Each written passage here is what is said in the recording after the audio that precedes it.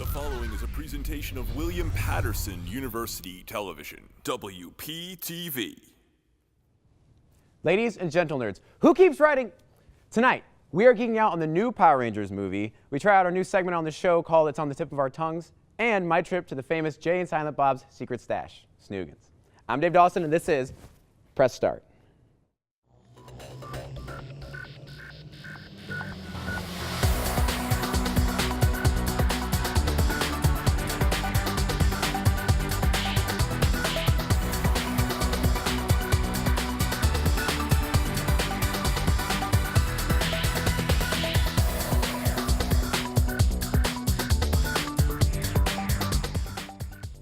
Now, look at my friend Joe while he says things to you.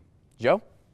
Thanks, Dave. And hello, everyone. I'm Joe Saulenas, here to bring you all of the latest news from around the web.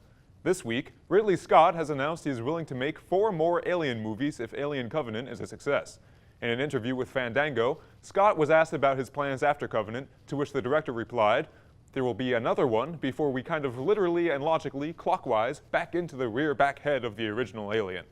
When asked how these future films will fit into the overall timeline, Scott dropped the name Awakening when referencing a film set between Prometheus and Covenant.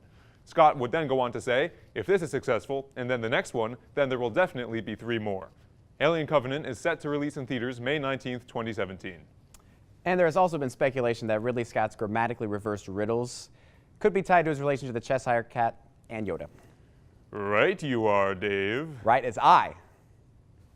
Anyway, Kevin Bruner, co-founder and chief executive officer of Telltale Games, will be stepping down as CEO and passing the responsibility to his co-founder, Dan Connors. In an interview with Polygon, Telltale said, "Kevin has led Telltale over the past couple of years after he stepped into the CEO role for co-founder Dan Connors in 2015.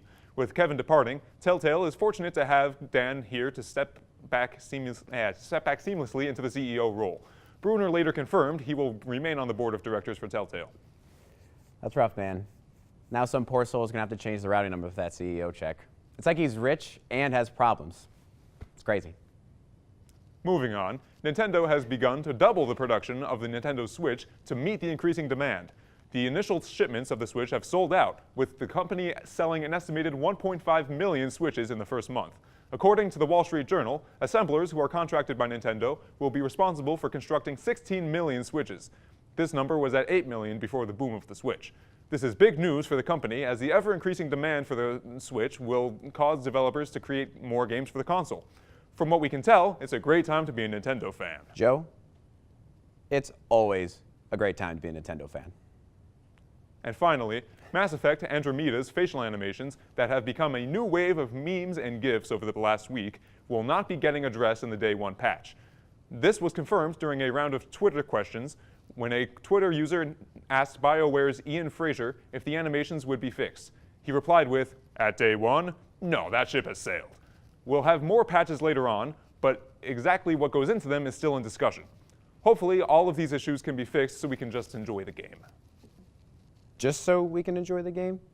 How about enjoy it anyway? Because video games used to be squares, people. You can explore entire planets. If the facial expressions are the biggest problem when it comes to the miracle that is video, you know what? I'm not going to get into it. Do not go anywhere. We'll be right back with our Power Rangers Geek Out.